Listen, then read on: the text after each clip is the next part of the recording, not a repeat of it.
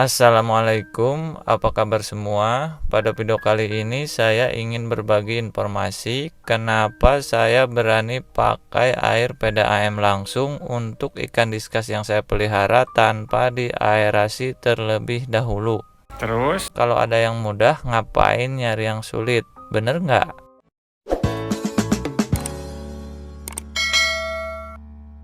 Memang pada awalnya dulu setiap saya water tank pada akuarium diskus ini saya membuat penampungan tersendiri di kamar mandi menggunakan bak atau tong yang bisa digunakan untuk menampung air.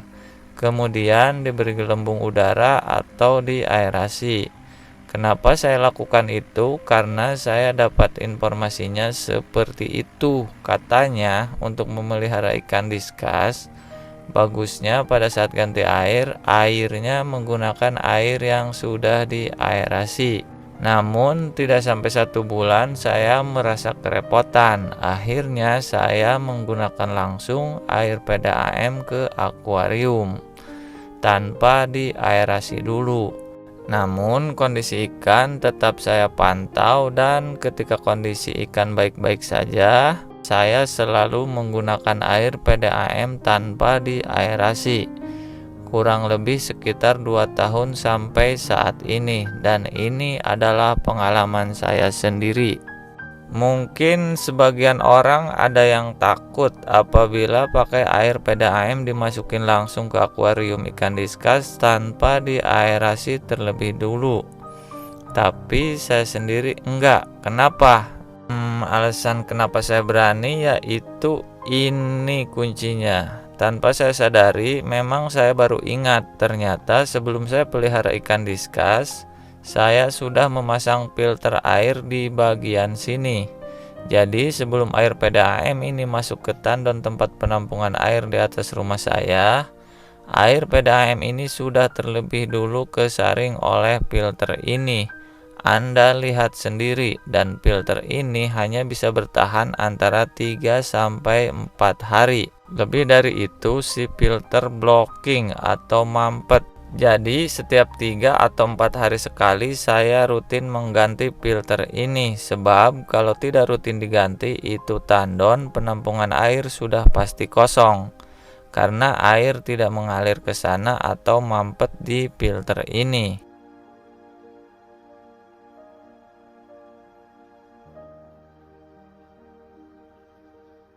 Filter yang saya gunakan adalah memang filter umum yang biasa dipakai untuk menyaring air yang berukuran 10 mikron. Terus pernah juga saya menggunakan filter yang 3 mikron, tapi itu hanya bertahan 1 hari 1 malam saja. Filter sudah blocking. Akhirnya saya ganti ke ukuran 10 mikron aja dan 10 mikron pun menurut saya sudah sangat cukup untuk menyaring air yang ada di rumah saya. Jadi meskipun ini air dari PDAM dan saya nggak tahu di sana saringannya seperti apa dan saya belum pernah lihat juga sistemnya seperti apa, yang jelas kotorannya itu masih ada. Terus alasan pertama saya pasang filter seperti ini adalah karena saya punya 2 anak kecil, yang mana anak-anak saya itu kalau mereka mandi kadang-kadang sambil bermain, kadang juga airnya ketelan. Nah, dengan alasan itulah saya memasang filter seperti ini. Tujuan utamanya adalah untuk menjaga kualitas air yang digunakan keluarga benar-benar bersih. Karena kalau tidak difilter terlebih dulu, saya takut ada binatang-binatang kecil yang tidak terlihat oleh mata dan terbawa oleh air. Kemudian air itu digunakan untuk keperluan keluarga seperti mandi, mencuci pakaian, dan lain sebagainya. Maka untuk menjaga hal itu saya menggunakan filter seperti ini. Terus mungkin sedikit informasi tambahan buat teman-teman di rumah. Semenjak saya menggunakan filter ini, baju putih yang saya punya tidak cepat menguning. Mungkin karena lumpur halus yang membuat baju putih menjadi kuning sudah tersaring oleh filter ini. Dan selain itu ternyata keuntungan lainnya yaitu terhadap ikan diskas yang saya pelihara. Ikan selalu sehat, selalu prima meskipun air yang digunakan untuk water tank atau penggantian air setiap 2 minggu sekali. Tapi kadang kalau lagi males sampai juga sih 1 bulan baru ganti air.